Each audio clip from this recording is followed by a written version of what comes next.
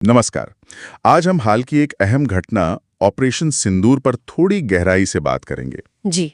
हमारे पास इससे जुड़े कई पहलुओं पर जानकारी है और कोशिश रहेगी कि इसे परत दर परत समझें।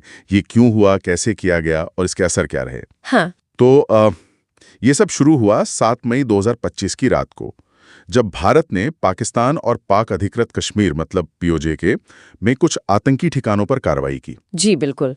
ये असल में 22 अप्रैल 2025 के पहलगांव हमले का जवाब था। हाँ, जिसमें 26 बेगुनाह नागरिक मारे गए थे। वो बहुत ही दुखद घटना थी। बहुत दुखद। तो कहानी शुरू होती है उसी पहलगाम हमले से। इसकी जिम्मेदारी ली थी टीआरएफ ने। हाँ, द रेजिस्टेंस फ्रंट ने, जिसे एलईटी का ही एक मुखौटा माना जाता है, लश्कर-ए-तैयबा। ओके। और भारत का मानना था कि इसके पीछे पाकिस्तान का हाथ है।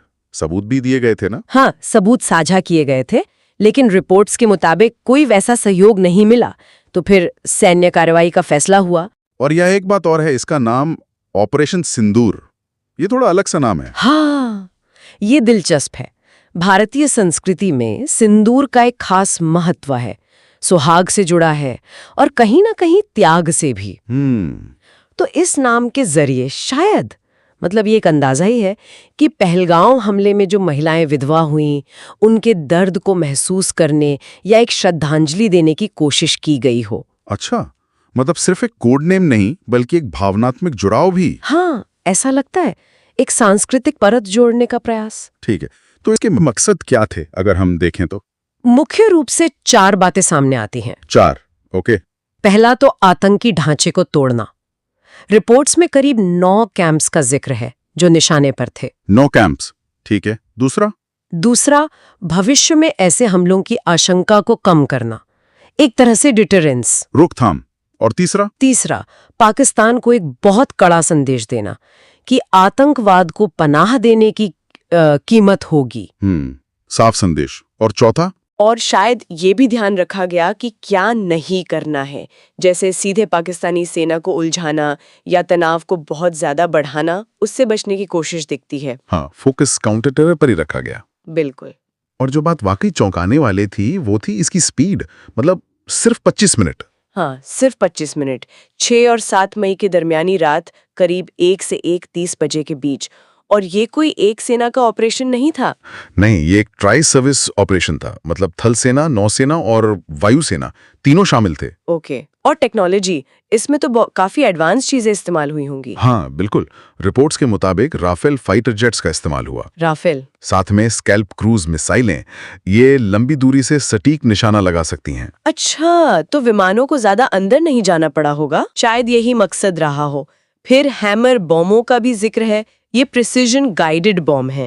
हैमर मतलब highly agile modular munition, extended range. जी, और लॉइटरिंग म्यूनिशन भी, जिन्हें कई बार कमांडो ड्रोन या सुसाइड ड्रोन भी कहते हैं। हाँ, वो जो टारगेट के ऊपर मंडरा कर हमला करते हैं। हाँ बिल्कुल वही। तो कुल 9 ठिकाने थे, 5 पीओजे में जैसे मुजफ्फराबाद, कोटली के पास जी। और 4 पाकिस्तान के पंजाब प्रांत में। पंजाब में जैसे मुरीद के बहावलपुर, जहां आतंकी ट्रेनिंग कैंप्स होने की रिपोर्ट्स थी। ओके।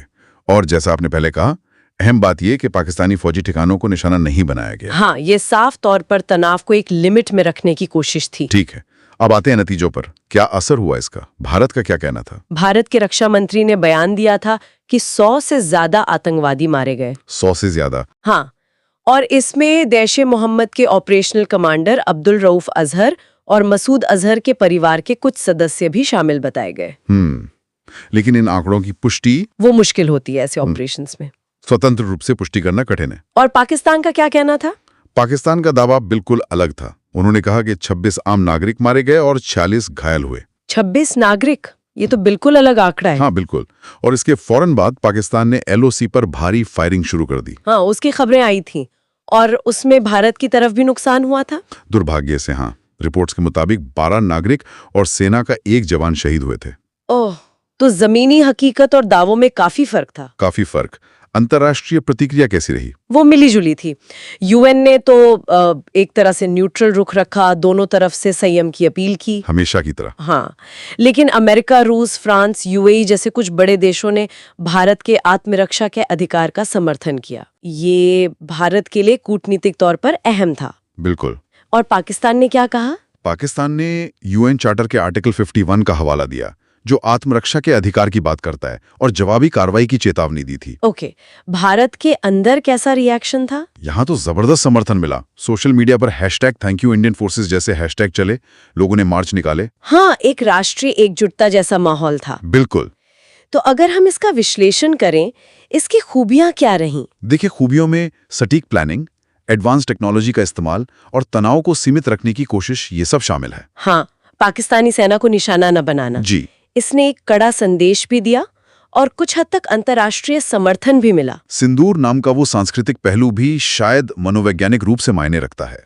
और 2019 के बालाकोट से ये कैसे अलग था? बालाकोट एयर स्ट्राइक थी, यहाँ ट्राई सर्विस ऑपरेशन था, और इस बार सिर्फ पीओजे के नहीं बल्कि पाकिस्तान के अंदरूनी इलाकों को भी निशाना बनाया गया। ये शायद रणनीति में एक बदलाव दिखाता है। वो मतलब अब रीच और गहरी हो सकती है। लेकिन सवाल भी तो हैं। हाँ, सवाल भी हैं। पहला तो यही कि पाकिस्तान की जवाबी कार्रवाई से तनाव बहुत ज्यादा बढ़ सकता था। हाँ, वो खतरा तो था। दूसरा, हताहतों की संख्या पर जो इतना बड़ा अंतर है दोनों तरफ के दावों में, उससे पूरी तस्वीर साफ नहीं होती। सही बात है। और सबसे बड़ा सवाल ये कि क्या इस तरह के ऑपरेशंस सच में आतंकवाद की जड़ को खत्म कर सकते हैं, या ये सिर्फ एक तात्कालिक असर डालते हैं? ये एक बहस का मुद्दा है। तो इसके मायने क्या हैं आगे के लिए, निहितार्थ क्या हैं? देखिए, ये ऑपरेशन जरूर भारत की काउंटर टेररिज्म पॉलिसी में एक अहम मोड़ दिखाता है। अब शायद फोकस सिर्फ सीमा पार आतंकियों पर नहीं, बल्कि उनके मददगारों और पनाहगाहों पर भी रहेगा, चाहे वो कहीं भी हो। मतलब एक ज्यादा प्रोएक्टिव अप्रोच। हाँ, ऐसा लगता है ये भारत पाकिस्तान रिश्तों में भी एक नया मोड़ ला सकता है, शायद पहले से ज्यादा अनिश्चितता वाला दौर। और ये दुनिया के बाकी देशों के लिए भी एक केस स्टडी बन सकता है कि आतंकवाद से कैसे निपटा जाए, खासकर जब मामला दो न्यूक्लियर पावर पड़ोसियों का हो। तो कुल मिलाकर ऑपरेशन सिंदूर सिर्फ एक मिलिट्री एक्शन नहीं था, ये भारत की तरफ से अपनी ताकत और इरादे दोनों का प्रदर्शन था। हाँ, इसने दिखाया कि भारत आतंकवाद के खिलाफ कड़े कदम उठाने को तैयार है। बिल्कुल। इसने संयम और शक्ति के बीच एक संतुलन बनाने की कोशिश भी की। हाँ, कोशिश तो की, लेकिन इसने एक बड़ा सवाल जरूर खड़ा किया है जिस पर हमें सोचना होगा। क्या सवाल? कि इस तरह की सैन्य कार्रवाइयां, खासकर दो परमाणु सशस्त्र पड़ोसियों के बीच, लंबे समय में क्षेत्रीय स्थिरता को कैसे प्रभावित करेंगी? क्या ये हमें एक ज्यादा खतरनाक रास्ते पर ले जा सकती हैं? ये सोचने वाली बात है।